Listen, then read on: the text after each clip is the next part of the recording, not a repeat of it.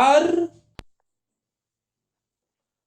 मैं Rajesh Lakhera, assistant professor chemistry. आज अपना टॉपिक है एमओटी।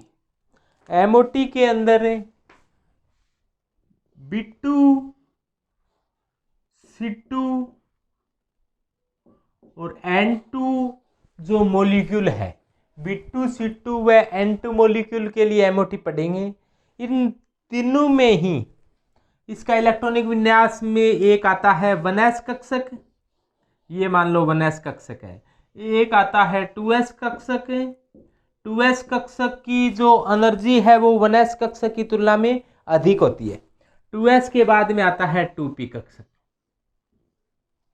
इन तीनों में ऐसा होता है 1s 2s व 2p। अब एमओटी के अंदर अपने पहले पढ़ चुके हैं कि एक परमाणु है, उसका जो परमाणु है वो इधर से आता है, एक परमाणु इधर से आया, एक परमाणु है वो इधर से आया, और परमाणु मिलकर क्या बनते हैं? अणु बनते हैं। जिस प्रकार से ये परमाणु है, इसके परमाणुीय कक्षक ये हैं 1s 2s और 2p। इसी प्रकार ये परमाणु है, इसके जो परमाणुीय कक्षक हैं उसको भी मैं इस प्रकार से दर्शा देता हूं कि ये 1s है, ये 2s है और ये 2p है। जब 1s कक्षक, ये 1 का मतलब ये पहली कक्षा का s उपकोष है, और 2 का मतलब ये दूसरी कक्षा का s उपकोष है, और 2p का अर्थ ये दूसरी कक्षा का p उपकोष है। तो 1s और 1s कक्षक ये दूसरी कक्षा है और ये पहली कक्षा है। सामान्यतः जो अतिव्यापन होता है, अतिव्यापन होता है वो बाहरी कक्षा के कक्षकों के द्वारा होता है। तो ये अंदर की कक्षा है, अंदर की कक्षा में सामान्यतः अतिव्यापन होता नहीं है, इसीलिए इसको मैं पहली कक्षा को k से दर्शाते हैं, तो अपने k कह दिया। इसी प्रकार 2s कक्षक नजदीक आएंगे तो इनमें क्या होगा?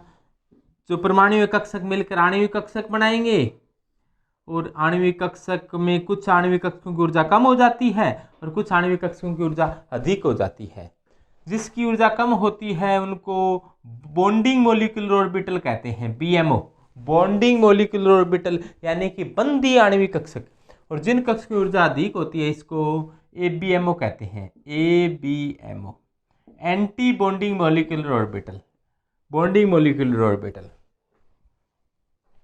इसी प्रकार से 2p कक्षक जब नजदीक आकर अपनी परमाणु कक्षक है वो अणु बनाते हैं, तो अणु में आणविक कक्षक होते हैं, तो आणविक कक्षक बनते हैं। तो आणविक कक्षक भी 2 प्रकार के होते हैं, BMO व ABMO, यानी कि बंदी आणविक कक्षक व प्रतिबंधी आणविक कक्षक।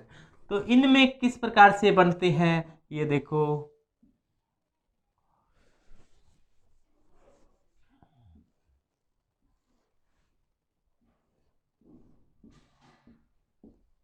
तो इनमें एनर्जी है वो 4 पार्टों में डिवाइड होती है। कक्षकों की एनर्जी है वो 4 पार्टों में डिवाइड हो जाती है। ये 2p था और ये भी 2p था। 2p 4 पार्टों में बढ़ते हैं। 4 पार्टों में नीचे 2, फिर 1, फिर 2 और फिर 1। तो ये आणविक कक्षक बनते हैं। इनको नाम कैसे दिए गए हैं वो देखो। इनको कहा गया है पाई 2px, पाई 2px और पाई 2py, और इसको कहा जाता है सिग्मा 2pz। पाई 2px, पाई 2py और सिग्मा 2pz। इसी प्रकार इनके ये बॉन्डिंग मॉलिक्यूलर ऑर्बिटल है और ये भी बॉन्डिंग मॉलिक्यूलर ऑर्बिटल है। जैसे इनको कहा 2s आए तो इसको कहा सिग्मा 2s, सिग्मा के पैर में 2s है। ये पाई के पैर में 2px है, पाई के पैर में 2py है, सिग्मा 2s, और इसको कहा सिग्मा स्टार 2s। इसी प्रकार से PP कक्षक पास आए तो ये 3 कक्षक बने हैं, pi two p x, pi two p y और इसको cos sigma two p z. इसी प्रकार ऊपर वालों को क्या कहेंगे, ये एंटी बॉन्डिंग मोलिकुलर ऑर्बिटल है, ये भी एंटी बॉन्डिंग मोलिकुलर ऑर्बिटल है। तो इनको कह देंगे पाई स्टार 2px, इसे कहेंगे पाई स्टार 2py और इसे कह देंगे सिग्मा स्टार 2pz। तो इस प्रकार से हो जाएगा। एनर्जी का क्रम ये रहेगा, तो ये बताता है एनर्जी को, यानी कि ऊपर जाने पर एनर्जी क्या हो रही है, बढ़ रही है। तो इस प्रकार से किस किस में होगा ऐसा, B2, C2 और N2 के अंदर अपना कक्षीय डायग्राम ये बनेगा। 1s थे, इसको के कह दिया, के का मतलब प्रथम कक्षा है दोनों की। 2s कक्षक जब नजदीक आए तो जब अणु बना तो आणविक कक्षक बने। ये एटॉमिक ऑर्बिटल है, इसको AO बोलते शॉर्ट में, एटॉमिक ऑर्बिटल। ये भी एटॉमिक ऑर्बिटल है AO, और ये भी क्या है AO, एटॉमिक ऑर्बिटल। और इधर वाले भी क्या है, एटॉमिक ऑर्बिटल है AO, इसको शॉर्ट में मैं AO कह देता हूँ, एटॉमिक ऑर्बिटल। एटॉमिक ऑर्बिटल का मतलब परमाणु कक्षक, यानी कि परमाणु कक्षक आते हैं नजदीक तो बढ़ते हैं BMO, MO, मोलिकुलर ऑर्बिटल, आणविक कक्षक। आणविक कक्षक 2 प्रकार के होते हैं, बॉन्डिंग और एंटी बॉन्डिंग। बॉन्डिंग को B से कह दिया, एंटी बॉन्डिंग को AB से कह दिया। यानी कि BMO जिनकी ऊर्जा कम होती है उसको BMO, जिनकी ऊर्जा ज्यादा होती है इसको ABMO। यानी कि bonding molecular orbital, anti bonding molecular orbital. ये 2 बॉन्डिंग मोलिकुलर ऑर्बिटल, ऊपर वाले एंटी बॉन्डिंग मोलिकुलर ऑर्बिटल। और एंटी बॉन्डिंग मोलिकुलर ऑर्बिटल की एनर्जी ज्यादा होती है तो इनके स्टार लगाकर दर्शाते हैं। जैसे मान लो अपने एग्जाम्पल के रूप में कह दे कि नाइट्रोजन परमाणु था, एक नाइट्रोजन का परमाणु इधर से आया है, एक नाइट्रोजन की बजाय अपने पहले B2 ले ले, बोरोन परमाणु ले ले, एक B परमाणु इधर से आया है, एक B परमाणु इधर से आया है, और B मिलकर क्या बना है, B2 अणु बन गया। बोरोन का इलेक्ट्रॉनिक विन्यास, बोरोन का परमाणु क्रमांक 5 होता है, तो इलेक्ट्रॉन विन्यास हो जाएगा 1s2 2s2 और 2p1, 1s2 2s2 2p1। तो 1s में 2 इलेक्ट्रॉन है, 2s में भी 2 इलेक्ट्रॉन है, लेकिन 2p में क्या है, 1 इलेक्ट्रॉन है। इसी प्रकार से इधर वाला बोरोन है, इलेक्ट्रॉन विन्यास तो सेम ही होगा, 1s2 2s2 2p में 1 इलेक्ट्रॉन। अब इलेक्ट्रॉन हमेशा वहां भरे जाते हैं जिनकी ऊर्जा कम हो, यानी कि उन कक्षकों में इलेक्ट्रॉन भरे जाते हैं जिनकी ऊर्जा क्या हो, कम हो। तो सबसे पहले ऊर्जा के में भरी जाएगी, तो ये 2 इलेक्ट्रॉन पहली कक्षा में है तो इसको के कह दिया। फिर ये 2 इलेक्ट्रॉन इधर से आए, 2 इलेक्ट्रॉन इधर से, 4 इलेक्ट्रॉन हो गए, तो 1 2 3 और 4, चारों के 4 इलेक्ट्रॉन भरे गए। इसके बाद के अंदर फिर C2 अणु, B2 अणु में 1 p इलेक्ट्रॉन इधर से है, 1 p इलेक्ट्रॉन इधर से है, 2 p इलेक्ट्रॉन हो गए, लेकिन 2 p इलेक्ट्रॉन भरे कहाँ जाएंगे, नीचे वाले में, तो ऊपर वाले में नहीं भरे गई, ये बॉन्डिंग मॉलिक्यूलर ऑर्बिटल में भरे गई, B2 अणु में। इसके बाद अपने को ज्ञात करना होता है बॉन्ड ऑर्डर, बंध क्रम क्या रहेगा इसका। बंध क्रम निकालने का एक तरीका होता है, बॉन्ड ऑर्डर निकालने का एक सूत्र होता है। वो सूत्र क्या होता है, इस बात को समझो। तो मैं यहाँ पर वो बॉन्ड ऑर्डर निकालने का सूत्र लिख रहा हूँ, सूत्र सबको ध्यान में है। देखो बॉन्ड ऑर्डर है, बॉन्ड ऑर्डर को अपने ऐसे याद को ध्यान रखो कि NB minus Na number of bonding electron minus number of anti bonding electron by 2, यानी कि बॉन्डिंग वालों में से एंटी बॉन्डिंग वाले घटाकर 2 का भाग दे दो। तो यहाँ पर बॉन्डिंग की है 2 और ये भी बॉन्डिंग की है 2 और 2 4, तो बॉन्डिंग इलेक्ट्रॉन यहाँ पर आपको दिखाई दे रही है 4। एंटी बॉन्डिंग कितनी है 2 और इधर वालों में कोई इलेक्ट्रॉन है ही नहीं, तो एंटी बॉन्डिंग वाले हो गए 2 और इसमें 2 का भाग दे दिया, तो ये आ गया 2/2 1, यानी बॉन्ड ऑर्डर आया है 1। इसका अर्थ हुआ कि बोरोन व बोरोन के बीच में एक बंध है। बोरोन व बोरोन के बीच में बंध कितना है? 1। बॉन्ड ऑर्डर आया है 1। कैसे आया है? इस सूत्र पर जरा गौर करो, जरा याद करो कि बॉन्ड ऑर्डर कैसे निकाला जाता है। Bond order is equal to NB minus Na/2। NB क्या है? Number of bonding electron. तो बॉन्डिंग इलेक्ट्रॉन का मतलब BMO में इलेक्ट्रॉन, तो BMO में इलेक्ट्रॉन यहाँ पर 2 है और यहाँ पर भी 2 है। तो यहाँ पर टोटल बॉन्डिंग इलेक्ट्रॉन हो गए 2 और 2, टोटल हो गए 4। तो ये यहाँ पर मैंने 4 लिखता। एंटी बॉन्डिंग में 2 ये रहे, लेकिन ऊपर वाले एंटी बॉन्डिंग में कोई है ही नहीं, तो यहाँ पर 2 लिख दिए। तो 4 - 2/2 मान आ गया 1। अब इसके बाद में बात करते हैं कि ये बॉन्ड कैसा है, सिग्मा बॉन्ड है, पाई बॉन्ड है। इसको देखने के लिए आप ऐसा देखो, यहाँ पर 2 बॉन्डिंग इलेक्ट्रॉन थे तो एक बंध बना, लेकिन एंटी बॉन्डिंग इलेक्ट्रॉन थे, इसने बॉन्ड का एंटी काम किया, यानी कि बंध तोड़ने का काम किया है। तो यहाँ पर जो बंध बनाया था वो टूट चुका है। फिर इन 2 ने एक बंध बनाया, लेकिन इसका तोड़ने वाला कोई है नहीं। तो बॉन्ड बनाने वाले कौन से हैं? पाई।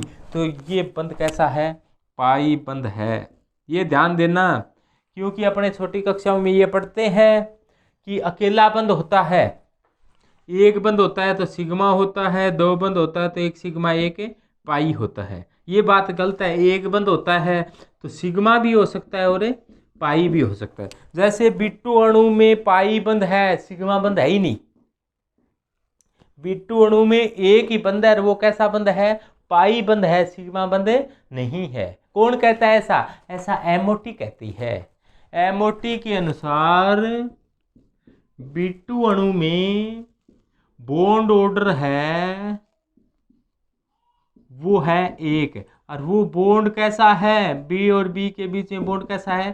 पाई बॉन्ड है। स्पेशल ध्यान रखना, स्पेशल केस है ये B2। C2 के अंदर 2 पाई इलेक्ट्रॉन होते हैं, पाई बंद होते हैं। ये एग्जाम में पिछली बार कॉलेज लेक्चरर के एग्जाम में पूछा गया था कि C2 मॉलिक्यूल है, उसके अंदर बॉन्ड ऑर्डर 2 आएगा और दोनों ही पाई 2 पाई है, सिग्मा है ही नहीं।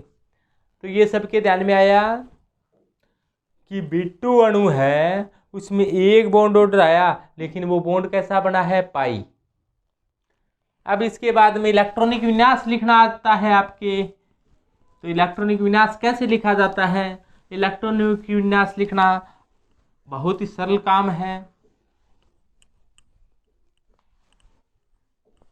तो ध्यान से लिखोगे तो इलेक्ट्रॉनिक विन्यास लिखना भी बहुत सरल काम हो जाएगा। देखो कैसे। सबसे पहले इलेक्ट्रॉन के में भरे हैं तो आप के लिख दो।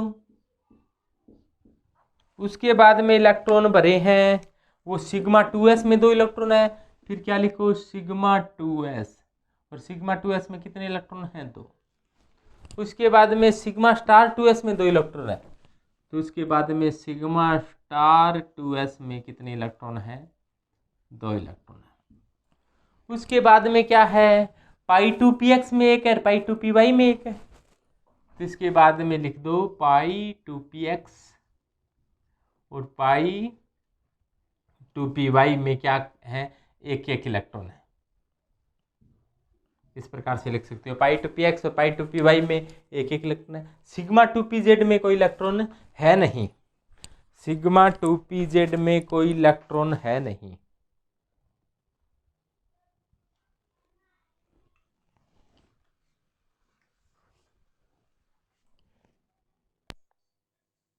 अब देखो पाई 2px और पाई 2py में 1 इलेक्ट्रॉन है।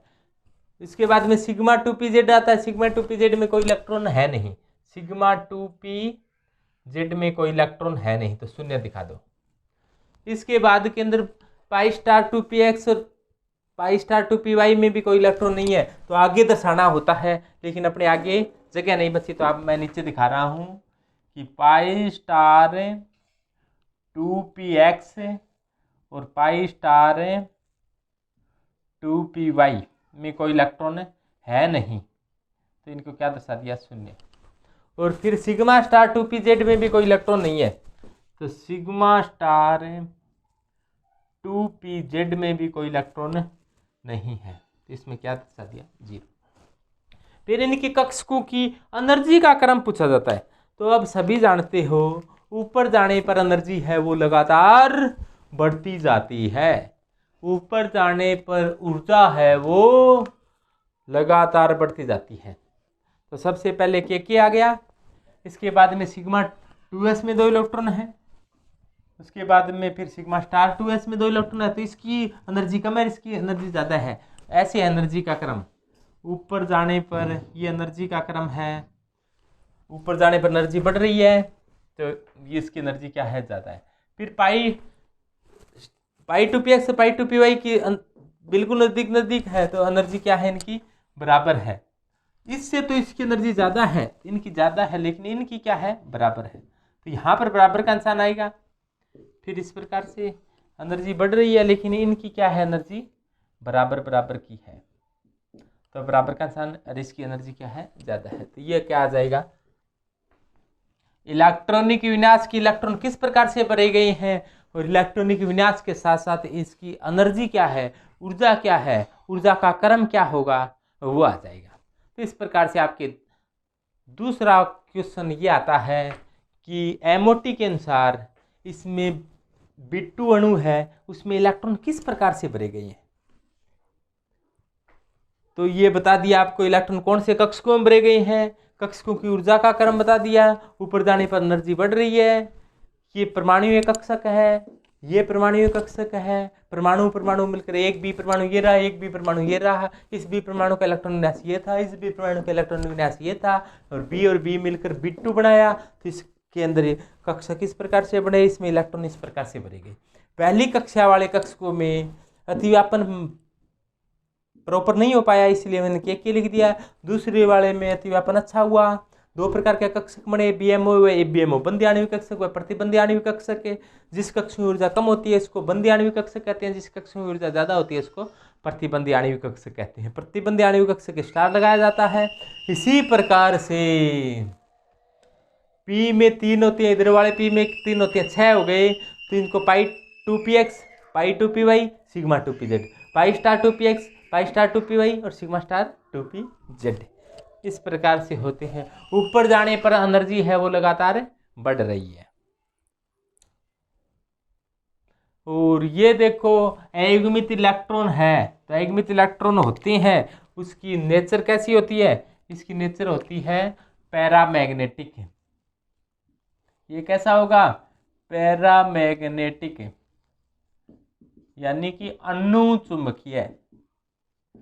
अब ये भी पूछ लेते हैं कि अनुचुंबकीय होगा, प्रतिचुंबकीय होगा या लोह चुंबकीय होगा, तो ये कैसा है, अयुग्मित इलेक्ट्रॉन होते हैं वो अनुचुंबकीय होते हैं, अयुग्मित इलेक्ट्रॉन नहीं होते वो प्रतिचुंबकीय होते हैं।